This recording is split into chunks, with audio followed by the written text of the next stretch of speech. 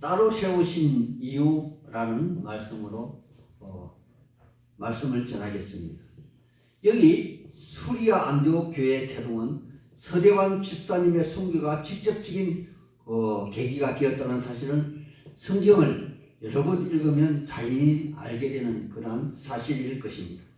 하지만 초대 교부 중에 한 사람인 어거스틴도 직접적으로 서대관 집사님의 순교가 수리아 안디옥 교회의 초석이 되었다고 그렇게 밝히고 있습니다. 그런데 여기 사울도 서대관 집사님의 순교 이후 그의 공로로 그는 나이가 젊었음에도 불구하고 예루살렘 산에 들인 공의의 회원이 되었다는 그러한 학자들의 주장이 있습니다. 그렇다면 여기 수리아 안디옥 교회에서 바나바와의 이치와 사울의 이치는 과연 어떠했을까요? 여기 본문 1절에 수리아 안디옥 교회에 5명의 지도자 이름이 기록되어 있는데 바나바가 그 첫째이고 사울은 맨 마지막 5번째 이름이 기록된 것으로 봐 안디옥 교회에서 그 영향이 그 이름의 기록 순서가 아닌가 그렇게 생각해 봅니다. 그런데 성경을 기록한 누가는 이들 모두를 선지자 혹은 교사라고 칭하고 있습니다. 그렇다면 선지자는 모세 오경에 보면 일명 선견자라고도 하며 장차 되어질 일을 미리 보고 알려주는 자로서 여기 사도행전 11장 2절에 등장하는 아가보처럼 글라디오 황제 때 그 당시 전 세계적으로 천하의 흉년이 들리라 하여 각지에 흩어진 교회가 미리 준비하게 한 사실이 있는 것처럼 선지자는 고린도전서 14장 1절에 등장하는 예언의 은사를 받은 사람들일 것입니다. 그러므로 당시 초대 교회에서는 전도의 사명을 위해서 성령 하나님이 각종 기적과 이적이 흔히 일어나는 시대에 예언하는 은사는 교회의 덕을 세우며 교인을 건면하며 각종 어려움에 시달리는 교회 교인들의 위로의 직분을 담당하는 그러한 자일 것입니다. 그러므로 바나바는 원래 이름은 요셉이었으나 바나바 즉 위로의 아들이라는 별칭이 사도행전 4장 36절 이하에 기록된 것으로 보아 여기 수리아 안디옥 교회에서도 그의 명성이 지도자 중에 첫째이었을 것입니다. 그리고 두 번째 교사로 기록되어 있는데 여기서 말하는 교사는 어떤 자격증, 라이센스를 가진 사람을 말하는 것이 아니라 성경에 해박한 지식을 가지고 있으며 또 성경을 알기 쉽게 잘 풀어주는 자로서 서대관 집사님의 순교 현장에서 설교하신 것처럼 아니 여기 사도행전 13장 13절 이하에 사울이 바울되어 비시디아 안디옥에서 설교한 것처럼 이스라엘 역사를 완전히 깨뜨리고 있는 그러한 자가 바로 교사라는 것입니다. 그렇다면 아직 안디옥 교회에서 사울이란 유대식 이름을 그대로 쓰고 있는 것으로 보아 아직 그의 진가를 알리지 못한 상태이고 바울이라는 로마식 이름으로 본격적으로 사용되는 것은 선교 현장에서 여기 사도행전 13장 8절 이하에 보면 구브로 섬에서 마술사를 며칠간 눈물어 앞을 보지 못하게 한 사건을 계기로 비로소 이방인을 위한 전도자로서 바울이라는 이름이 그의 공식적인 이름이 된 것으로 보여집니다. 물론 사울이라는 이름은 그가 베냐민 지파의 후예로서 이스라엘 초대 왕의 이름을 사용하여 굉장한 자부심을 가졌을 것이지만 여기 로마식 이름 바울이라는 작은 자라는 뜻을 가진 것도 이 사실입니다. 그리고 여기 5명의 지도자 모두 특이하게 각국에서 모인 사람들로서 바나바는 구브로 섬에서 나고 자란 레인이며 시몬은 검다 즉 검은 피부를 가졌다 하여 니게르인이라 그렇게 명명하고 있으며 구레네 사람 루게오는 예수님의 십자가를 대신 지고 골고다 언덕을 올랐던 그런 구레네인 사람과 같은 아프리카 사람이며 분봉왕 헤롯의 젖동생 마나에는 아마도 이두메인 즉 에서 족속이거나 아니면 헤롯의 정치력을 보강하기 위하여 정통 하솔 왕조 즉 마카비 왕조의 후예였을 것이고 마지막으로 사울이라는 바울은 우리가 너무도 잘 아는 베냐민 지파의 바리새인이었다는 것입니다. 그렇다면 지도자로 구성된 안디옥 교회는 초대교회의 선교의 교도부가 되는 것은 어쩌면 당연한 것으로 그렇게 받아들여지는 대목입니다. 하나님의 사람들이요, 이제 안디옥 교회는 천하의 흉년이 들릴 한 아가베의 예언을 잘 준비하여 예루살렘을 위한 막대한 금전적 그 부조를 함으로 해서 이제는 세계 선교의 이치를 더 공고히 한 그러한 상태입니다. 그리고 이러한 신앙의 자부심을 가지고 더욱더 헌신하고자 안디옥 교회는 일상의 금식이 아니라 특별 금식까지 하며 주를 섬기기에 이런 것입니다. 그런데 하나님의 사람들이요, 여기 한 가지 놓치지 말아야 할 아주 분명한 한 가지가 있습니다. 그것은 이렇게 수리아 안디옥 교회가 흉년을 대비하여 지혜로운 삶을 살았고, 그래서 은혜롭게 예루살렘 교회를 도왔고, 그리고 이제부터는 본격적으로 주님의 뜻을 바로 알고 행하고자 금식하며 힘쓰는 주체가 모두 안디옥 교회 교인이거나 혹은 그들의 지도자들이 아니라 바로 성령 하나님이심을 직접적으로 성경은 알려주고 있다는 것입니다. 2절입니다. 2절에 안디옥 교회가 금식하며 주를 섬기기에 열심을 내는 때에 성령이 이르시되 내가 불러 시키는 일을 위하여 바나바와 사울을 따로 세우라, 그렇게 말씀하신 것입니다. 물론 여기 2절의 주제는 우리가 분명히 알듯이 성령 하나님이십니다. 그리고 성령의 음성을 들은 사람은 모두 여기에 5명입니다. 그래서 이들 5명 중에 바나바와 사울을 따로 세워 안수하고 전도 여행에 오른 것입니다. 그런데 하나님의 사람들이요, 이 말씀이 조금은 이상하지 않습니까? 왜 성령께서는 사울과 바나바를 따로 세우라 하시고 그렇게 안수같이 하셨을까요? 물론 이것은 순전히 제 개인적인 생각이지만 사울은 처음부터 주님의 부르심을 받은 이후부터 이방인의 전도자로 그는 소명을 받고 사명을 감당해야만 한 그러한 사람입니다. 하지만 바나바는 예루살렘 교회로부터 안디옥 교회의 파송을 받을 때부터 안디옥 교회의 지도자였습니다. 따라서 선교 사명을 받은 안디옥 교회는 바나바의 절대적 지도하에 있으며 그 바나바의 신임이 두터운 사울은 그의 헌신적 도움으로 이제부터 바울이 되어서 본격적으로 그의 사명의 삶을 살아가야만 하는 것이 성령 하나님의 뜻이 아닌가, 저는 그렇게 생각해 보았습니다.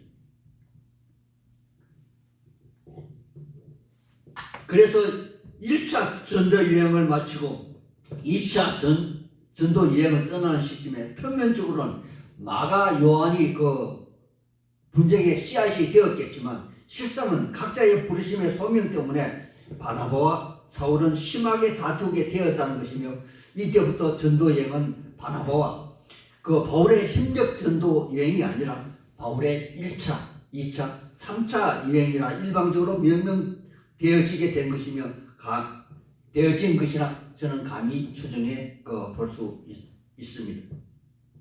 아무튼 이제 두 사람은 성령의 보내심을 받아 전도 여행길에 오른 것입니다. 그런데 공교롭게도 전도 여행의 1차 목적지가 사울의 고향이 아니라 바로 바나바의 고향 구브로 섬입니다. 여기 계신 하나님의 사람들이요, 우리는 여기서 성령 하나님이 우리를 향한 배려와 보이지 않는 질서 그리고 권위를 인정하시는 것을 볼 수 있는 것이라 사례됩니다. 우리 모두의 사람은 어쩔 수 없이 자기 중심적으로 생각하고 행동할 수밖에 없는 그런 존재입니다. 그래서 성령님은 바나바의 앞선 권위를 위하여 구브로 섬으로 전도 여행길에 오른 것이며 자기의 누님의 아들 마가 요한을 데리고 간 것이 아닌가, 그렇게 생각했습니다. 그렇다면 우리는 이러한 추정도 가능할 것입니다. 바나바는 정통 유대교를 벗어나 진정 예수님을 알고부터는 꿈에서도 고향 구브로 있는 일가 친척을 먼저 생각했을 것이고 그들에게 복음을 전하고 픈 마음에 온 마음을 빼앗겼을 것입니다. 그래서 그 마음을 누구보다 잘 알고 계시는 성령님이 그를 이끌고 먼저 고향 땅, 바나바의 고향 땅 지중해 연안에 있는 구브로 섬을 향한 것이라 저는 생각했습니다. 하지만 막상 전도 여행 길에 오른 이후부터는 바나바가 중심이 아니라 사울이 바울되어 그 무게 중심이 이동한 것으로 보여집니다. 그들 일행은 구브로 섬에 도착하여 먼저 유대인 회당을 찾았을 것입니다. 왜냐하면 바나바는 그의 요셉이라는 이름으로 여기 구브로 섬에서 부유한 내인 족속이었기 때문일 것입니다. 그래서 그는 그곳에서 가장 먼저 예수는 그리스도이시다 그렇게 전하게 되었는데 도중에 바 예수란 거짓 선지자인 마술사를 만나게 되었고 또 그를 통하여 총독 서기오 바울을 만나게 된 것입니다. 하지만 여기서 또 하나의 커다란 반전이 일어납니다. 여기서 총독 서기오 바울을 만나게 한 거짓 선지자 마술사가 이제는 총독이 바울과 바나바의 말을 믿지 못하게 막아서 방해하고 있는 그러한 행동입니다. 하나님의 사람들이요, 여기서 제가 성경에 필요한 몇 곳이 있어 잠깐 설명을 하고 넘어가겠습니다. 여기 바 예수를 할 때 바는 누구누구의 아들, 즉 바 예수는 예수의 아들, 당시 흔했던 이름 예수의 아들이라는 뜻이며 총독 서기오 바울은 군사를 이끄는 총독이 아니라 로마 황제를 선출하는 그러한 권한을 가진 정치가였으며 또 뒤에 나오는 엘루마라는 그러한 이름이 나오죠. 엘루마는 지혜로운 자라는 뜻으로 여기서는 마술사와 동일한 말로 사용되는 그러한 단어입니다. 그런데 어찌됐든 엘루마 그것이 선지자가 총독이 바울의 말을 믿지 못하게 막으서자 발끈한 바울이 그에게 저주의 말을 퍼붓게 된 것입니다. 이것이 여기 본문 10절과 11절의 말씀으로 우리 같이 한 목소리로 10절과 11절의 말씀을 같이 한번 읽어보겠습니다. 찾았으면 읽겠습니다. 시작. 이르되 모든 거짓과 악행이 가득한 자여 마귀의 자식이여 모든 이의 원수며 주의 바른 길을 굳게 하기를 그치지 아니하겠느냐.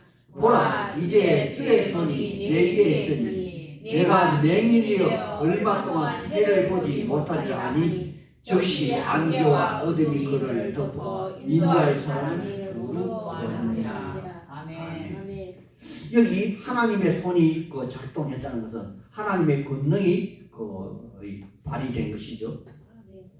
하나님의 사람들이여 믿는 그리스도인의 말에는 권위가 있습니다. 이 목사를 화나게 하면은 참 힘든 일을 겪게 될 것입니다. 잠언서 10장 11절은 이런 말씀이 있습니다. 성읍은 정직한 자의 축원으로 진흥되고 악한 자의 입으로 말미암아 무너진다. 그런 말이 있습니다. 아무튼 복음을 전하는 바울의 말에 성령님은 그 권위를 더하셨습니다.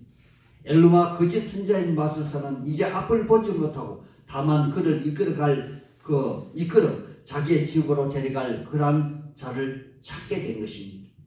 하나님의 사람들이 바로 여기서도 커다란 반전이 일어나는 것을 우리는 볼 수가 있습니다. 이 광경을 옆에서 직접 목격한 경험한 성도 서기오 바울은 이 광경을 신앙의 눈으로 바라보고 있습니다. 12절에 이에 총독이 그렇게 된 것을 믿으며 주의 가르침을 놀랍게 여기더라. 아멘. 그러하다면 바로 이 일은 성령 하나님이 총독 서기오 바울을 위한 하나의 작품이 아니겠습니까? 하지만 그럼에도 불구하고 여기 직접적인 당사자인 거짓 선지자 엘루마는 이 일을 어떻게 받아들이고 반응했을까요? 바로 이 부분에서는 성경은 아무런 반응을 내놓고 있지 않습니다. 하지만 그럼에도 불구하고 결과는 너무나 뻔한 이치가 아닌가 생각해 봅니다. 하나님의 사람들이요. 그렇다면 오늘날 우리는 이러한 광경을 보고 이러한 사도행전 13장 전반부를 읽고 있는 우리는 어떻게 반응하는 것이 옳으냐 하는 것입니다. 단순히 하나의 기적적인 사건일까요? 그것도 아니면 다른 어떤 종교에서 나타나는 하나의 흔한 하나의 믿음의 현상인가요? 또 그것도 아니라면 여기 총독 서기오 바울처럼 믿음으로 바라보며 바울과 바나바가 전하여 준 예수는 그리스도이시며 믿는 우리를 위하여 죽으시고 믿는 우리를 위하여 다시 살아나셨으며 하늘에 오시어 대신 성령 하나님을 보내주셔서 믿는 크리스찬이 복음을 전함에 있어서 전하여 준 그 입술의 말씀을 그대로 성취케 하는 역사를 오늘날도 그대로 일어난다는 사실을 받아들이게 하는 그러한 사건이 아니던가요? 하나님의 사람들이요, 신앙은 언제나 결단이고 선택입니다. 그러하다면 여기 바나바의 생질 마가 요한은 과연 어떻게 또한 받아들였을까요? 성경은 마가에 대하여 직접적인 신앙의 상태를 설명하고 있지는 않습니다. 하지만 여기 구브로 섬에서 배를 타고 약 250km 떨어진 밤빌리아로 가서 거대한 타우루스 산맥을 앞에 두고 그는 그만 성교 여행을 겁을 먹고 그만 두게 되었고 예루살렘으로 다시 돌아간 것입니다. 그렇다면 아직 마가의 신앙은 나이가 어리다기보다는 성숙하지 못한 상태임을 알려주는 그러한 지표라 저는 생각했습니다. 물론 뒤에 바울은 로마에서 순교를 앞둔 그러한 상태, 디모데후서 4장 11절에 보면 마가는 자기에게 꼭 필요한 사람, 유익한 사람이라 그렇게 기록하고 있으며 베드로 사도는 베드로전서 5장 13절에 보면 마가는 자기의 믿음의 아들이라고까지 표현하고 있는 것으로 보아 그는 후에 많은 신앙의 발전이 있었을 것입니다. 하나님의 사람들이여, 우리는 오늘 사도행전 13장을 통하여 사도 바울의 전도 여행의 첫걸음을 띄고 있는 그런 그 모습을 봅니다. 물론 전도 여행이라 하면 처음부터 돌아갈 모교회인 수리아 안디옥 교회가 있다는 그런 그 말의 전제일 것입니다. 그러므로 결과론적으로 사도 바울은 전도의 사명을 따라 바나바와 동행하며 안디옥 교회의 후원을 입었으나 뒤에는 안디옥 교회를 벗어나 로마로 향했으며 종국에는 그 당시 세상의 땅끝이라 여기던 스바라를 향하며 나아가고자 한 것으로 각자 맡은 바 사명이 다르기에 바나바는 안디옥 교회의 지도자로 그리고 위로자 아니자 바나바로서 그 이름의 뜻대로 바울 사도의 든든한 후원자 역할을 한 것이라 그렇게 생각이 되어집니다. 이것이 처음부터 성령 하나님께서 바나바와 바울을 따로 세우고 안수를 한 이유가 아닐까 그렇게 저는 생각해 보았습니다. 그리고 2차 전도 여행에 앞서 둘은 심하게 다투게 된 그런 사건 또한 소명을 따라 주의 일을 하게 된 것이라 저는 그렇게 생각했습니다. 하나님의 사람들이요, 이제 오늘의 말씀을 매듭지으려 합니다. 우리에게는 각자 주어진 소명이 있습니다. 어떤 사람은 선지자로 또 어떤 사람은 집사로 각자 흩어진 역할을 주어진 역할을 충실하게 행한다면 이 세상의 논리가 아니라 저 천국의 논리로 그 상급은 하나님이 정하실 것입니다. 선지자도 교사 또한 집사의 직분이 하나님 앞에 무슨 소용이 있겠습니까? 억지로 안 되는 일을 하다가 다투는 것보다는 자기에게 주어진 그 사명을 잘 감당하는 것이 진정 하나님이 원하시는 그 길이며 또한 본문의 말씀처럼 성령 하나님이 시키시는 그러한 일일 것입니다.